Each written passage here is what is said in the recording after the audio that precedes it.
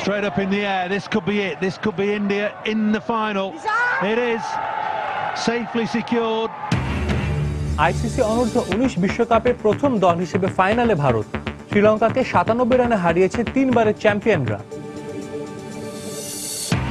West ইন্ডিজের বিপক্ষে সেমিফাইনালের আগে অতীত পারফরম্যান্সে উদ্বুদ্ধ বাংলাদেশের যুবারা। ইতিবাচক ক্রিকেট খেলার প্রত্যয় উপদেষ্টা স্টুয়ার্ট লর্ড।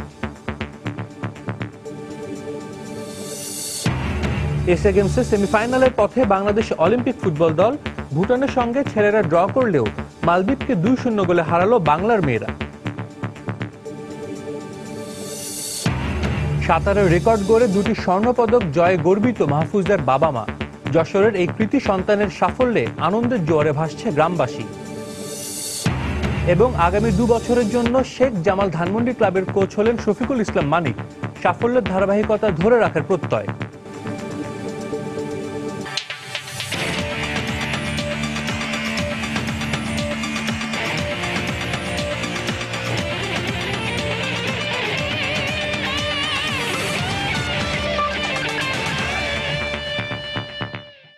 মাঠ ও মাঠের বাইরের খেলাধুলার নানা উত্তাপ ছড়ানো সবশেষ খবর জানাতেই আমাদের নিয়মিত আয়োজন খেলার সময়। আর এই আয়োজনে আপনাদের সবাইকে স্বাগত জানাচ্ছি আমি সাজিদ মুস্তাহিদ। শুরুতেই অনূর্ধ্ব 19 বিশ্বকাপের খবর। প্রথম দল হিসেবে ফাইনালে উঠেছে ভারত। সেমিফাইনালে শ্রীলঙ্কাকে 97 রানের বড় ব্যবধানে হারিয়েছে তিনবারের চ্যাম্পিয়নরা। মিরপুর শেরেবাংলা স্টেডিয়ামে আগে ব্যাট করে 9 উইকেটে 267 রান করে ভারত। জবাবে ব্যাট করতে নেমে 44 বল বাকি থাকতেই 170 রানে থেমে যায় লঙ্কানদের ইনিংস। 2014 সালের যুব বিশ্বকাপে পঞ্চম স্থান নির্ধারণী ম্যাচেও দেখা হয়েছিল শ্রীলঙ্কা ও ভারতের। সে ম্যাচে ভারতের কাছে হারের তিক্ত স্বাদ জুটেছিল লঙ্কান যুবাদের। সময় গড়িয়ে আবারও যুব বিশ্বকাপের মঞ্চে ভারত ও শ্রীলঙ্কা। তবে এবার মিশন ফাইনালে ওঠার। যুব ওয়ানডেতে বরাবরই লঙ্কানদের যে এগিয়ে ভারত। তবে ম্যাচের আগে জ্বলে ওঠার হুঙ্কার দিয়ে লঙ্কানরা বুঝিয়েছিল তারাও কম কিসে। মিরপুরে গুমোট সকালে টস ভাগ্যে জয় হয় লঙ্কানদের। তবে অধিনায়ক চারিত আশ্লঙ্কা দারুণ শুরুর স্বপ্নে নিলেন ফিল্ডিং এর সিদ্ধান্ত। টস হেরে ব্যাট করতে নামা ভারতের 2 ওপেনার ঋষভ পান্ত ও ঈশান কিষানকে দ্রুত বিদায় করে অধিনায়কের আস্থার প্রতিদান দেন ফার্নান্দো ও কুমারা।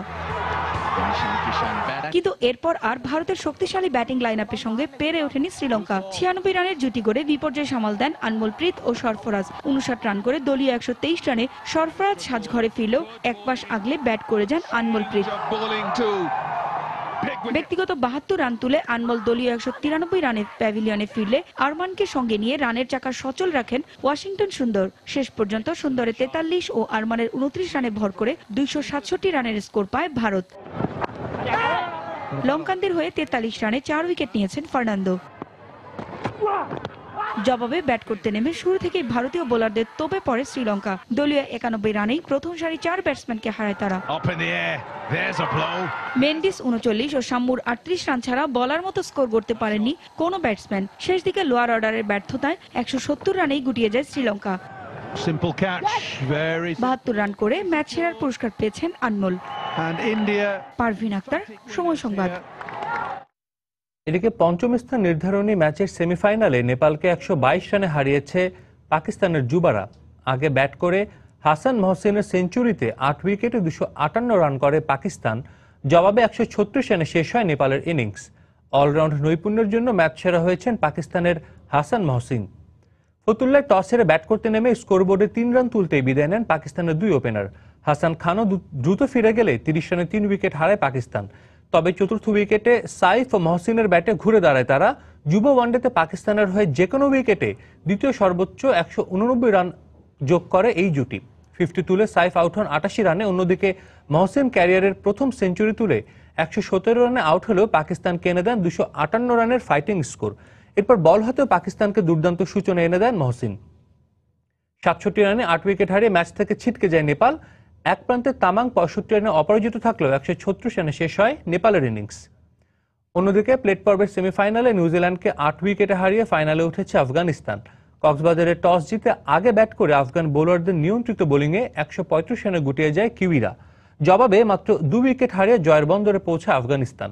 কক্সবাজারে টস জিতে ব্যাট করতে নেমে দলীয় 30 রানে 4 টপ অর্ডার ব্যাটসম্যানকে হারিয়ে বিপর্যয়ে পড়ে কিউইরা।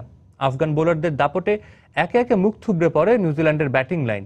শেষ পর্যন্ত পারিখের 48, ক্লার্কসনের 25 ও নাথানের 23 রানে ভর করে 135 রানে সংগ্রহ পায় নিউজিল্যান্ড। জবাবে ব্যাট করতে নেমে দলীয় 26 রানে ওপেনার করিম জানাত আউট হবার পর মাঠে নামেন তরিক। ইহসানুল্লাহকে সঙ্গে নিয়ে 68 রানের জুটি গড়েন তিনি। এরপর দলীয় 94 রানে ব্যক্তিগত 47 রান করে ইহসানুল্লাহ প্যাভিলিয়নে ফিরলেও পারভেজকে সঙ্গে নিয়ে রানের চাকা সচল রাখেন তরিক। শেষ পর্যন্ত তরিকের অপরাজিত 50 রানে চড়ে জয় নিশ্চিত করে আফগানিস্তান। ওয়েস্ট ইন্ডিজকে সাম্প্রতিক সময়ে হোয়াইট ওয়াশের স্মৃতি সেমিফাইনালের মঞ্চে আত্মবিশ্বাসী করে তুলবে বলে মনে করেন বাংলাদেশ অনূর্ধ্ব 19 দলের নির্ভরযোগ্য ব্যাটসম্যান নাজমুল হোসেন শান্ত। একই সঙ্গে সেমিফাইনালের প্রতিপক্ষের দিকে দৃষ্টি না দিয়ে ক্যারিবীয়দের বিপক্ষে নিজেদের স্বাভাবিক খেলা খেলতে চান এই জুনিয়র টাইগার। আর বিগত ম্যাচগুলোতে বাংলাদেশের ছোটখাটো কিছু ভুল করলেও বিষয়গুলো তারা দ্রুতই শুধরে নেবে বলে প্রত্যাশা করেছেন যুবাদের কারিগরি উপদেষ্টা স্টুয়ার্ট ল। একটি সেমিফাইনাল, একটি জয়, যেদিকে চোখ বাংলাদেশের জুনিয়র টাইগারদের। সেই স্বপ্ন জয়ের পথে যুবাদের চেনা প্রতিপক্ষ ওয়েস্ট ইন্ডিজ, যাদের বিপক্ষে সম্প্রতি দারুণ পারফরম্যান্সে ফাইনালের টিকিট পেতে স্বপ্নবাজ করে তুলেছে মিরাজ শান্তদের। কদিন আগে 3 ম্যাচের ওয়ানডে সিরিজে ক্যারিবীয় যুবাদের হোয়াইট ওয়াশ করেছে বাংলার যুবারা। তবে দ্বিপক্ষীয় সেই সিরিজ আর বিশ্বকাপের সেমিফাইনালের প্রতিপক্ষকে একভাবে দেখছেন না কারিগরি উপদেষ্টা স্টুয়ার্ট ল। ওয়েস্ট ইন্ডিজ নিজেদের যোগ্যতা দিয়েই সেমিফাইনাল নিশ্চিত করেছে, তাই টুর্নামেন্টের এ পর্যায়ে তাদের হালকাভাবে নেয়ার কোনো কারণ নেই। আগের ম্যাচগুলোতে ছেলেদের যেই ভুল ত্রুটি ছিল সেগুলো নিয়ে কাজ করছি। ওদের যোগ্যতা ও সামর্থ্য নিয়ে আমি আত্মবিশ্বাসী। এদিকে ক্যারিবিয়ানদের প্রতিপক্ষ হিসাবে পেয়ে উজ্জীবিত জুনিয়র টাইগাররা। পেস বোলিং ডিপার্টমেন্টে ওয়েস্ট ইন্ডিজ শক্তিশালী হলেও সাম্প্রতিককালে তাদের হোয়াইট ওয়াশ করার অভিজ্ঞতা কাজে লাগবে প্রতিপক্ষ বধে, এমনটাই মনে করেন নির্ভরযোগ্য ব্যাটসম্যান নাজমুল হাসান শান্ত।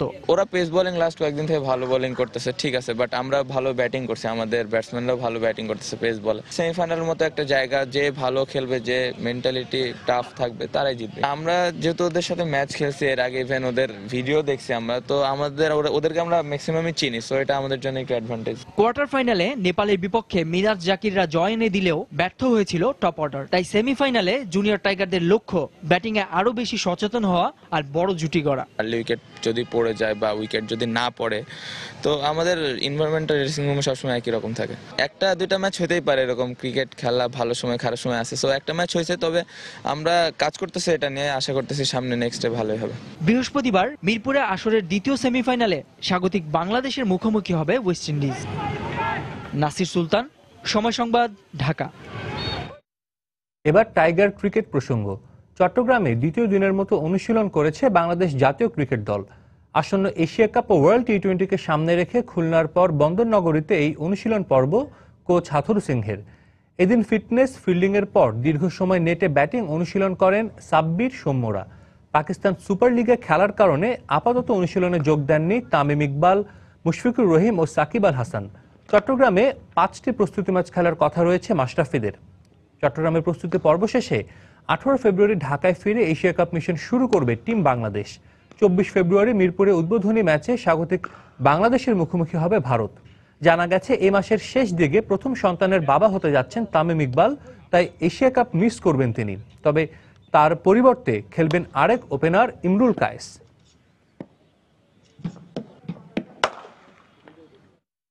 বাংলাদেশ জাতীয় ক্রিকেট দলের বোলিং কোচ হিথ স্ট্রিককে বোলিং কোচ হিসেবে পেতে চায় ইন্ডিয়ান প্রিমিয়ার লিগ IPL এর নবাগত দল গুজরাট লায়ন্স। তবে এ ব্যাপারে জিম্বাবুয়ের এই বোলিং কোচ হিথ স্ট্রিক নিশ্চিত করে কিছু জানাননি। কারণ বাংলাদেশ জাতীয় দলের পেস বোলিং হিসেবে 2014 সালে 450 দিনের চুক্তি করেন স্ট্রিক, যে চুক্তির মেয়াদ শেষ হবে এ বছরের জুনে। মূলত হিথ স্ট্রিকের কোচিংয়ে মুস্তাফিজ, তাসকিন ও রুবেলদের পেস বোলিংয়ের কৌশলে ব্যাপক উন্নতির ছাপ দেখা গেছে। সেই ধারায় চোখ পড়েছে ক্রিকেট বিশ্বের অন্যতম জনপ্রিয় আসর IPL এর নবাগত দল গুজরাট লায়ন্সের। এই দলের নেতৃত্বে আছেন সুরেশ রায়না। অস্ট্রেলিয়ান ব্র্যাড হচকে ব্যাটিং কোচ হিসেবে নিয়োগ দিয়েছে গুজরাট। জানা গেছে বিসিবি থেকে ছাড়পত্র পেলে পেস বোলিং কোচ হিসেবে দায়িত্ব নিতে পারেন জিম্বাবুয়ের সাবেক অধিনায়ক হিথ স্ট্রিক। এবার এশিয়া গেমসের খবর। গ্রুপ বিতে নিজেদের প্রথম ম্যাচে ভুটানের সঙ্গে 1-1 গোলে ড্র করেছে বাংলাদেশ। বাংলাদেশের হয়ে ম্যাচে একমাত্র গোল করেন স্ট্রাইকার নবিব নেওয়াজ জীবন, আর ভুটানের গোলদাতা জিগমে তেসরিং দর্জি। এই ড্রয়ের ফলে সেমিফাইনাল নিশ্চিত করতে নেপালের বিপক্ষে ম্যাচের দিকে তাকিয়ে থাকতে হচ্ছে বাংলাদেশকে। ভারতের গৌহাটি থেকে বাবুল হোসেনের তোলা ছবিতে বিস্তারিত জানাচ্ছেন সজল মিত্র রিচার্ড। বাংলাদেশের ফুটবলের এই দুঃসময়ে এবারের এসএ গেমসই ঘুরে দাঁড়ানো সেরা মঞ্চ। বাংলার প্রত্যয়ী ফুটবলাররা এদিন মাঠে নামেন জয়ের প্রত্যাশাতেই। সবশেষ এসএ গেমসে যেখানে পুরো আসরে কোনো গোল খায়নি স্বর্ণজয়ী বাংলাদেশ দল, সেখানে এবারের আসরে অপেক্ষাকৃত দুর্বল প্রতিপক্ষ ভুটানের বিপক্ষে প্রথম ম্যাচেই গোল হজম করে পিছিয়ে পড়ে মরেনো শিষ্যরা। 20 মিনিটে জিগমে তেসরিং দর্জির গোলে লিড পায় ড্রাগনরা। অবশ্য গোলের সুযোগ প্রথমে তৈরি করেছিল জামাল হেমন্তরাই। 3 মিনিটে জীবনের শট ক্রসবারে লেগে ফিরে না এলে ম্যাচে প্রথম লিডটা পেতে পারত বাংলাদেশি। এরপর 17 মিনিটে মাসুক মিয়া জনির করা গোলটি হ্যান্ডবলের কারণে বাতিল হলে আরও একবার ভাগ্য বিড়ম্বনার শিকার হয় বাংলাদেশ। প্রথমার্ধের শেষ দিকে জীবনের হেডে স্বস্তি ফেরে বাংলাদেশের তাঁবুতে। 42 মিনিটে তার গোলেই সমতায় ফেরে লাল সবুজের দল। দ্বিতীয়ার্ধেও দারুণ কিছু সুযোগ তৈরি করেছিল বাংলাদেশ। 66 মিনিটে মরেনো শিশুদের দুর্দান্ত একটি আক্রমণ কর্নারের বিনিময়ে রক্ষা করেন ভুটানিজ গোলরক্ষক গায়ালাস্টেন জাংপো। 71 মিনিটে বাংলাদেশের বদলি খেলোয়াড় রুবেল মিয়া প্রতিপক্ষের গোলরক্ষককে একা পেয়েও গোল করতে ব্যর্থ হওয়ায় হতাশ হতে হয় মাঠে উপস্থিত শখানেক বাংলাদেশি সমর্থককে। 84 মিনিটে সিফাতের ক্রসকে গোলে পরিণত করতে ব্যর্থ হন জীবন। আর ম্যাচের শেষ মুহূর্তে ভুটানের বেশ কিছু ভালো আক্রমণ বাংলাদেশকে কাঁপিয়ে দিলেও গোল না হওয়ায় ড্র মেনে নিয়ে মাঠ ছাড়ে দুদল। এই ড্রয়ের ফলে পরবর্তী ম্যাচে নেপালের বিপক্ষে কমপক্ষে 4 গোলে হারলেও সেমিফাইনালে যাবে বাংলাদেশ। এর বেশি গোল হজম করলে আসর থেকে বিদায় ঘণ্টা বেজে যাবে রেজাদের। জয় পেলে অবশ্য এসব সমীকরণের ভাবনা কখনোই আসবে না। জয়ের প্রত্যাশা নিয়ে মাঠে নেমে অবশেষে ভাগ্যে জুটল ড্র। দুর্বল প্রতিপক্ষ ভুটানের বিপক্ষে এমন পারফরমেন্স ম্যানেজমেন্টের কপালে চিন্তার ভাঁজ ফেলে দিয়েছে। যে নেপালের বিপক্ষে ভুটান 5 গোল হজম করেছে, সেই ভুটানের বিপক্ষে দলের এমন পারফরমেন্স বাংলাদেশ দলের শক্তিমত্তা নিয়েও প্রশ্ন তুলেছে।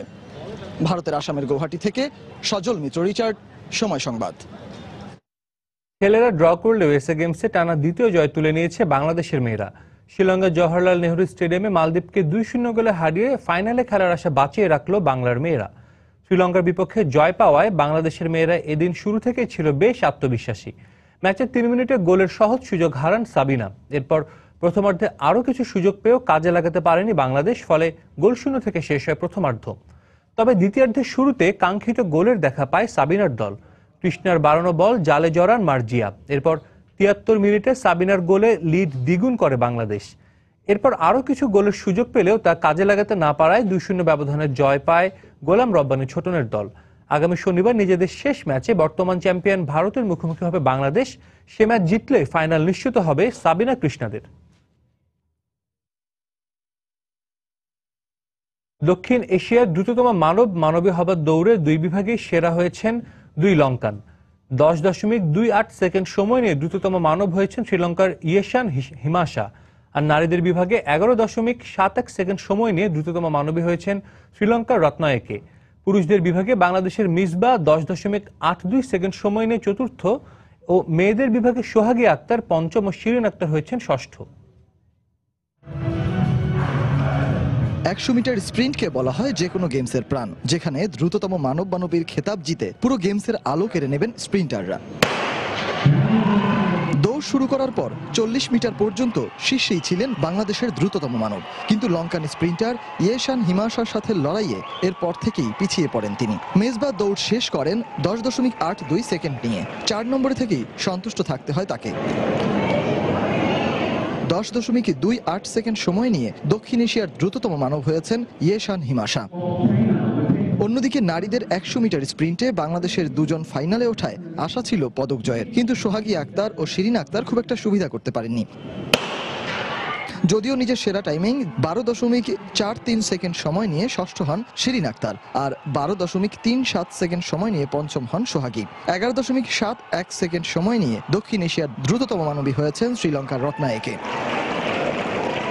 দেশের দ্রুততম মানবী শিরিন সোহাগীর চেয়ে পিছিয়ে থাকলেও নিজের পারফরমেন্স নিয়ে অসন্তুষ্ট নন, আর সোহাগীও খুশি অভিজ্ঞদের সাথে পারফর্ম করতে পেরে। সবার আগে হচ্ছে দীর্ঘমেয়াদী প্রশিক্ষণ ছাড়া আসলে কোনো কিছু করা সম্ভব না। আমারও আরো ভালো লাগতো যদি আমি একটা প্লেস করতে পারতাম, তো হয়নি। নেক্সট টাইম দেখা যাবে, আর হচ্ছে আরো পরিশ্রম করতে হবে। ন্যাশনাল আমি 400 করতাম, কিন্তু এবার আমি ক্যাম্পে আসে 100-200 করতেছি। অনেক ভালো লাগছে, আর এদের সাথে দেখে এদের সাথে দৌড়াতে ভালোই লাগে।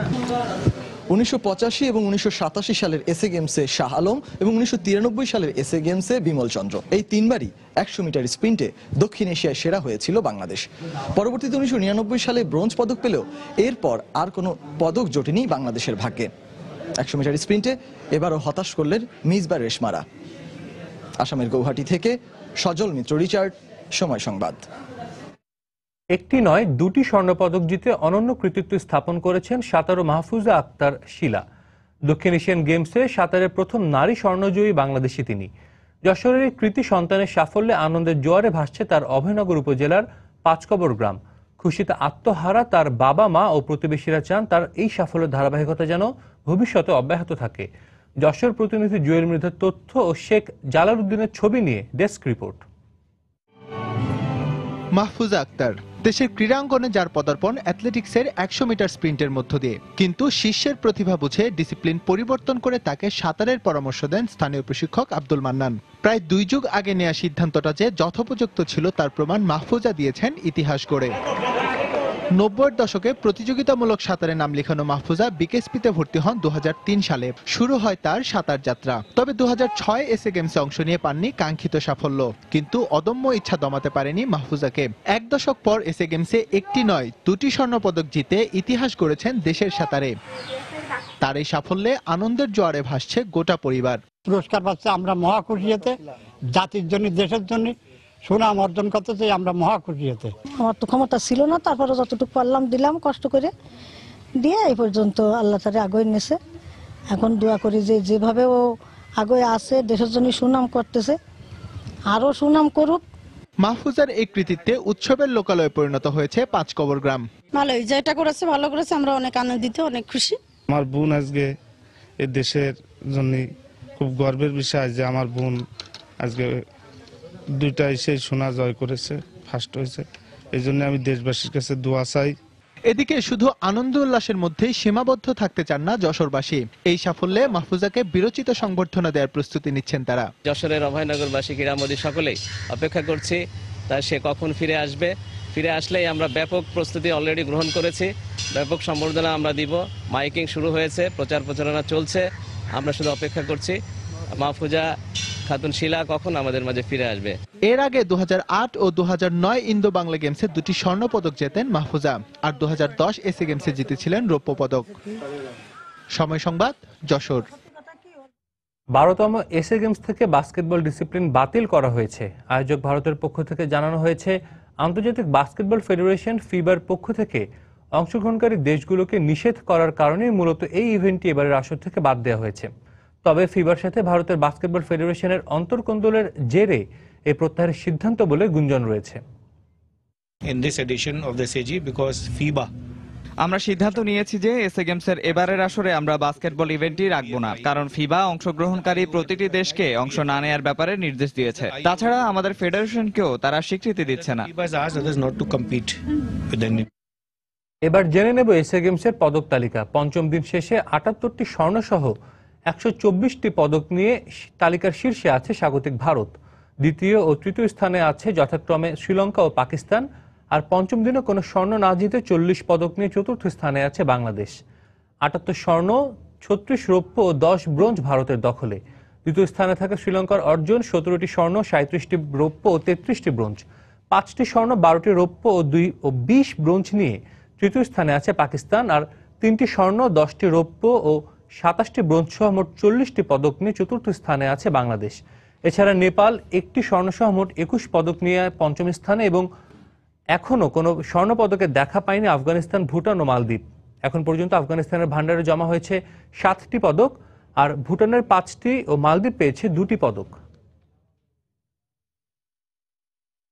আনুষ্ঠানিকভাবে শেখ জামাল ধানমন্ডি ক্লাবের কোচ হিসেবে চুক্তি করলেন শফিকুল ইসলাম মানিক।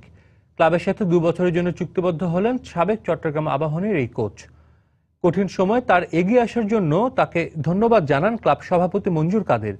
চুক্তি স্বাক্ষর করার কয়েক ঘন্টার মধ্যেই ফুটবলারদের নিয়ে অনুশীলনে নামেন নতুন কোচ।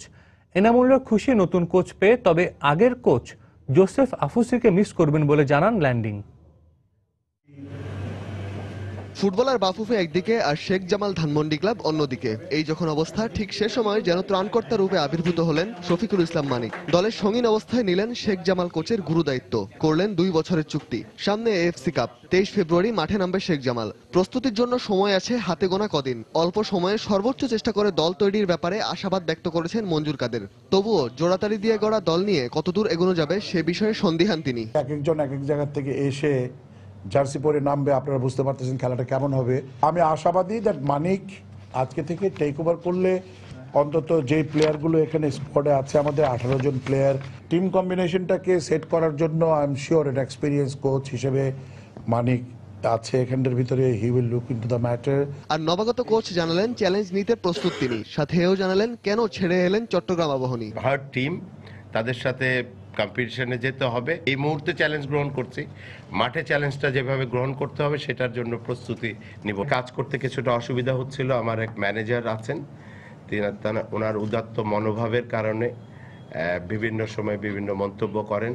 চুক্তি স্বাক্ষরের কয়েক ঘন্টার মধ্যে দল নিয়ে মাঠে নতুন কোচ, যেন এতটুকু সময় নষ্ট করতে চান না আর। সাবেক মুক্তিযোদ্ধা স্ট্রাইকার এনামুল কোচ হিসেবে মানিককে পেয়ে উচ্ছ্বসিত হলেও জোসেফ আফুসিকে মিস করবেন বলেই জানালেন ল্যান্ডিং। তবে নতুন কোচের অধীনে ভালো করতে মুখিয়ে আছেন তারা। নতুন কোচ আসলে ক্লাবের জন্য নতুন, বাট আমার জন্য অনেক পুরাতন কোচ, আমার ফার্স্ট কোচ। কাজ হলো আমার খেলা, আমি যে ক্লাবে থাকবো সেই ক্লাবে খেলবো। ক্লাব ম্যানেজমেন্ট যাকে চুজ করবো তাকে নিবে, এখন তার সাথে মানিয়ে খেলতে হবে। আমরা আফুসিকে মিস করব, তবু নতুন যেই আসুক আমরা তার সাথে মিলিয়ে এএফসি কাপে ভালো করার চেষ্টা করব। এএফসি কাপে সিঙ্গাপুর, ফিলিপাইন ও মালয়েশিয়ান ক্লাবের মুখোমুখি হবে বাংলাদেশ প্রিমিয়ার লিগ চ্যাম্পিয়নরা। রায়হান মাসুদ, সময় সংবাদ, ঢাকা। খেলার সময় আরো যা দেখবেন, পুনেতে 3 ম্যাচ সিরিজের প্রথম টি-20তে লঙ্কানদের কাছে পাত্তাই পেল না ভারত। র্যাঙ্কিংয়ের শীর্ষ দলের বিপক্ষে 5 উইকেটে জিতেছে শ্রীলঙ্কা। প্রাথমিক বিদ্যালয়ের শিক্ষার্থীদের অংশগ্রহণে ষষ্ঠবারের মতো অনুষ্ঠিত হবে Bangabandhu gold cup football tournament. একই সঙ্গে পঞ্চমবারের মতো হতে যাচ্ছে Bangamata Begum Fazilatunnesa Mujib gold cup tournament. বুধবার ঢাকা বিশ্ববিদ্যালয়ের কেন্দ্রীয় খেলার মাঠে 7টি বিভাগের চ্যাম্পিয়ন দলের অংশগ্রহণে মাঠে গড়াবে এই 2 টুর্নামেন্টের প্রথম রাউন্ড। বাংলাদেশ ফুটবল ফেডারেশনের সহায়তায় টুর্নামেন্ট দুটির আয়োজক প্রাথমিক ও গণশিক্ষা মন্ত্রণালয়।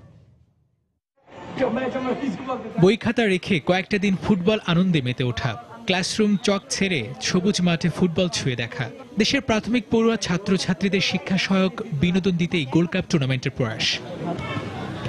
গত কয়েক বছরে বাংলাদেশ নারী ফুটবল দলের সমর্থক নাম কলসিন্দুর। ময়মনসিংহের ধোবাউড়ার কলসিন্দুর গ্রামের কিশোরী ফুটবলাররা তাদের ফুটবল শৈলীতে এশিয়ার দেশগুলোতে মুগ্ধতা ছড়াচ্ছে। এএফসি আঞ্চলিক পর্যায়ে চ্যাম্পিয়ন দলটি এখন দক্ষিণ এশিয়ান গেমসে দাপট দেখাচ্ছে।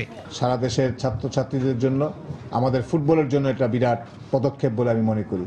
এই যে এত বড় একটি টুর্নামেন্ট, আমার জানা মতে এই টুর্নামেন্টটি গ্রিনিস বুকে যাওয়া উচিত এবং আমরা গ্রিনিস বুকে যাওয়ার জন্য চেষ্টাও করছি।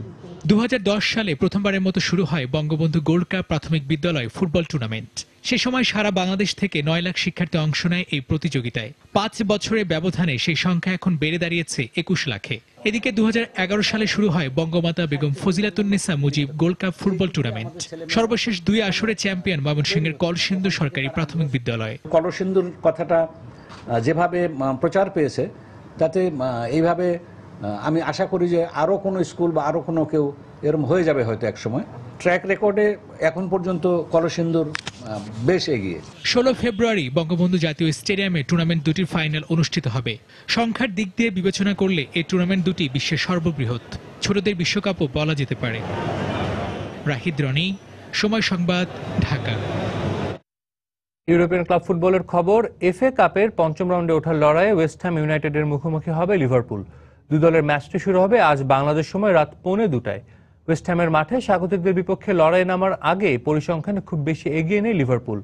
শেষ 5 ম্যাচে ওয়েস্ট হ্যাম যেখানে মাত্র 1টিতে জিতেছে, সেখানে লিভারপুল জিতেছে 2টিতে। তবে 2 দলের মুখোমুখি পরিসংখ্যানে লিভারপুলের চেয়ে এগিয়ে আছে স্বাগতিকরা। শেষ 5 ম্যাচে 3টি জিতেছে ওয়েস্ট হ্যাম। এদিকে শারীরিক অসুস্থতার কারণে অলরেড বস ইয়র্গেন ক্লপকে এখনও সময় কাটাতে হচ্ছে ডাগ আউটের বাইরে। আর খেলোয়াড়দের মধ্যে ডিজান লভরেন ও জো অ্যালেনকে এই ম্যাচে পাচ্ছেন না অলরেডরা। তবে ফেরার সম্ভাবনা রয়েছে ফিলিপে কৌতিনহো, ডিভক অরেগি ও ড্যানিয়েল স্টারিজের। তাই জয় পেতেই এই ম্যাচে মাঠে নামতে চাইবে লিভারপুল।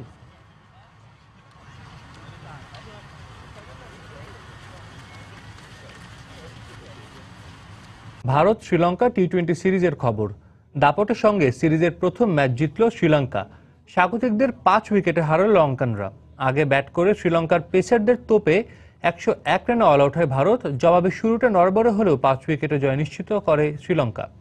পুনের মহারাষ্ট্র ক্রিকেট অ্যাসোসিয়েশন স্টেডিয়ামে টস হেরে ব্যাট করতে নেমে অভিষিক্ত লঙ্কান পেসার কাসুন রাজিথার পেস আগুনে দগ্ধ হয় ভারতের টপ অর্ডার।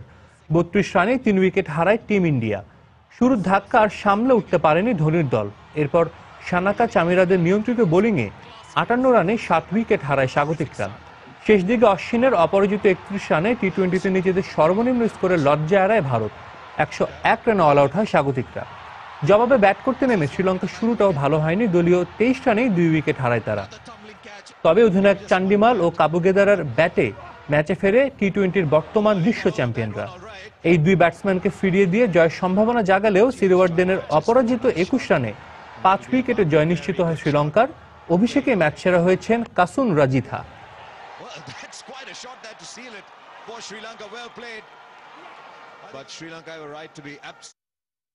ভারতে আয়োজিত ওয়ার্ল্ড টি-20তে পাকিস্তান দলের অংশগ্রহণ নিয়ে কাটেনি অনিশ্চয়তা।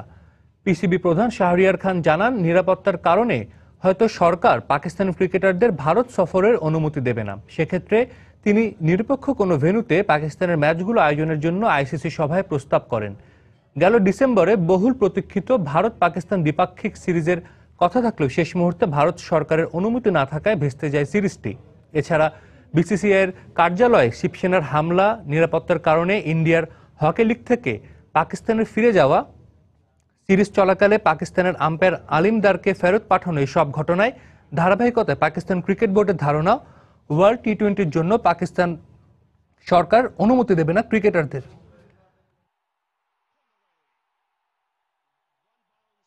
সেক্ষেত্রে পিসিবির পক্ষ থেকে পাকিস্তানের ম্যাচগুলো দুবাই, শারজা অথবা কলম্বোর মতো নিরপেক্ষ ভেন্যুতে আয়োজনের প্রস্তাব রাখেন। ওয়াটলিং এর পর ইনজুরির মিছিলে যোগ দিলেন মাইকেল স্যান্টনার। অস্ট্রেলিয়ার বিপক্ষে 2 ম্যাচের টেস্ট সিরিজের নিউজিল্যান্ড দল থেকে বাদ পড়েছেন এই লেগ স্পিনার। স্যান্টনারের জায়গায় দলে নেওয়া হয়েছে অফ স্পিনার মার্ক ক্রেইগকে। গেল নভেম্বরে ঐতিহাসিক ডে নাইট টেস্টে কিউইদের হয়ে টেস্ট খেলেছিলেন ক্রেইগ। সম্প্রতি ঘরোয়া ক্রিকেটে বল হাতে অফ স্পিনের ধারাবাহিক সাফল্যের পর ব্যাট হাতেও বেশ দক্ষতা দেখিয়েছেন ক্রেইগ। তাই স্যান্টনারের বিকল্প হিসেবে প্রায় 3 মাস পর আবারও জাতীয় দলে খেলার সুযোগ পেয়েছেন 13 টেস্টে 46 উইকেট শিকারী মার্ক ক্রেইগ। 12 ফেব্রুয়ারি ওয়েলিংটনে 2 ম্যাচ সিরিজের প্রথম টেস্টে মুখোমুখি হবে স্বাগতিক নিউজিল্যান্ড অস্ট্রেলিয়া। ইংল্যান্ড দক্ষিণ আফ্রিকা ওয়ানডে সিরিজের খবর। তৃতীয় ওয়ানডেতে ইংল্যান্ডের দেয়া 318 রানের টার্গেটে ব্যাট করছে দক্ষিণ আফ্রিকা। দর্শক, 10 অ্যাকশনের সৌজন্যে আমরা সরাসরি দেখে আসি ম্যাচের কিছু অংশ। We needed over 10 runs and over in every over. So, yeah, no, I just asked the question. I think in the olden days, you sort of think, oh, you got this game under control, and we can win it with 1 or 2 overs to spare. But the way the guys play nowadays, they just play with no fear. You're not going to get bowled out now, so maybe that's what their thinking is. Never touch the money. We're not going to get bowled out. Oh. I'm with you. I'm with you. Played enough sport to know that you don't touch the money, but come on.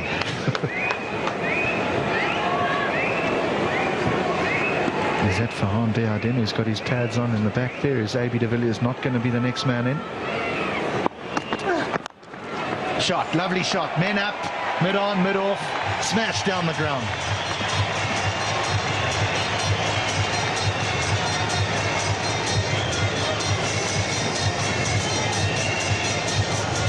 They both got their pads on.